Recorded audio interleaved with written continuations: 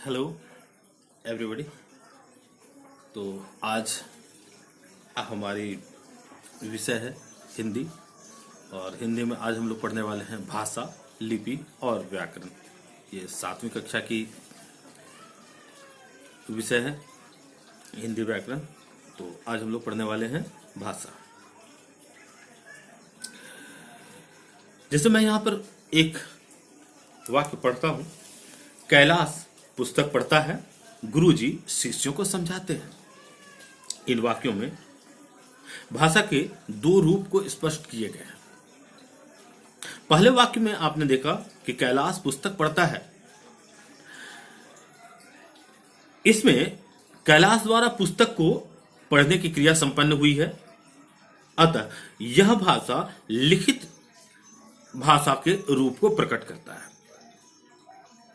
और दूसरे वाक्य में गुरुजी शिष्यों को समझाते हैं। इस वाक्य में भाषा के मौखिक रूप की अभिव्यक्ति हुई है, क्योंकि इसमें भाषा को सुनने वाला पक्ष भी विद्यमान है। जैसा कि हम सब जानते हैं कि भाषा शब्द भास धातु से बना है, जिसका अर्थ होता है बोलना। मुख से निकलने वाली ध्वनियों से भाषा के शब्दों का निर्माण होता है। इन शब्दों से वाक्य बनते हैं। वाक्य हमारे विचारों और भावों को दर्शाने की क्षमता रखते हैं। सामान्यतः हम सुनकर, पढ़कर, बोलकर, लिखकर अपने भावों और विचारों की आदान प्रदान करते हैं।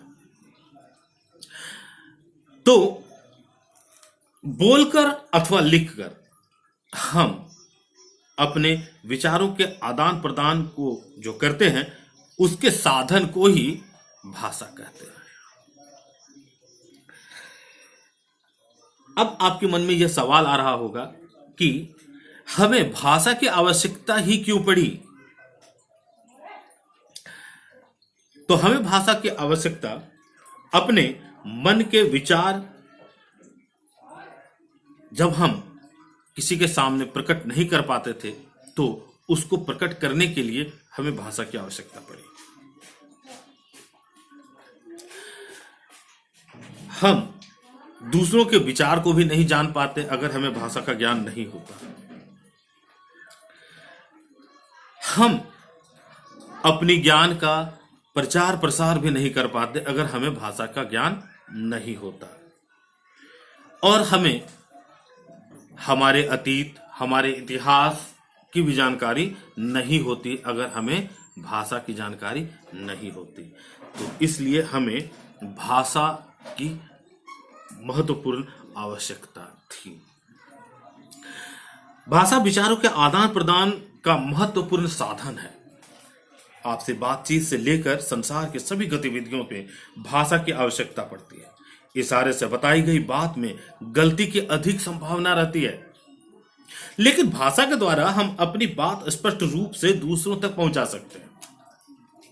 भाषा का लिखित रूप अधिक उपयोगी है। पत्र, समाचार पत्र, पुस्तक आदि लिखित रूप में होने के कारण लंबे समय तक सुरक्षित रह सकते हैं। कई धार्मिक ग्रंथ जैसे रामायण, महाभारत, कुरान, बाइबल तथा ऐतिहासिक शिलालेख अब तक इसलिए ही सुरक्षित रह पाए हैं क्योंकि वे भाषा के लिखित रूप में हैं। तो आज हम लोगों ने पढ़ा भाषा क्या है। धन्यवाद। आगे हम लोग पढ़ेंगे भाषा के रूप।